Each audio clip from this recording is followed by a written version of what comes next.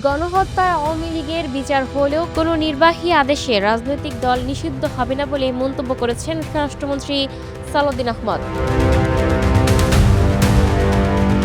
বৃহস্পতিবার ১৬ জুলাই দুপুরে সচিবালয়ের পুলিশের প্রশংসনীয় কাজের স্বীকৃতিস্বরূপ পুরস্কার প্রদান অনুষ্ঠানে এই মন্তব্য করেন তিনি। স্বরাষ্ট্রমন্ত্রী বলেন, সংগঠন হিসেবে আওয়ামী লীগের বিচার প্রক্রিয়া চলমান, তাদের বিরুদ্ধে তদন্ত হচ্ছে। তদন্ত শেষে অভিযোগ দায়েরের পর বিচার শুরু হবে, কিন্তু কোনো নির্বাহী আদেশে রাজনৈতিক দল নিষিদ্ধ হবে না, এটি বিএনপির নীতিগত সিদ্ধান্ত। শেখ হাসিনাকে ফিরিয়ে আনার ব্যাপারে তিনি বলেন, আমরা তাকে ফিরিয়ে আনতে চাই, আমরাও চাই বিচারকের মুখোমুখি হোক।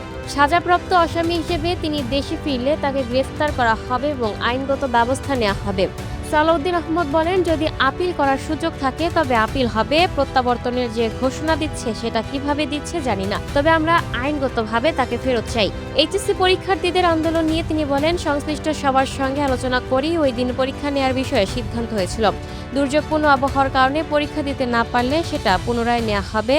ভুল প্রশ্নের জন্য তদন্ত হবে, দায়ীদের প্রতি ব্যবস্থা নেওয়া হবে, এমন সিদ্ধান্তে পরীক্ষার্থীরাও সন্তুষ্ট। স্বরাষ্ট্রমন্ত্রী বলেন, এসব বিষয় এত গুরুত্বের সঙ্গে নিচ্ছি না। যারা এগুলো নিয়ে কথাবার্তা বলছেন তারা সংখ্যায় খুব বেশি নয়। সরকার এসব বিষয়ে মনোযোগ দিচ্ছে না।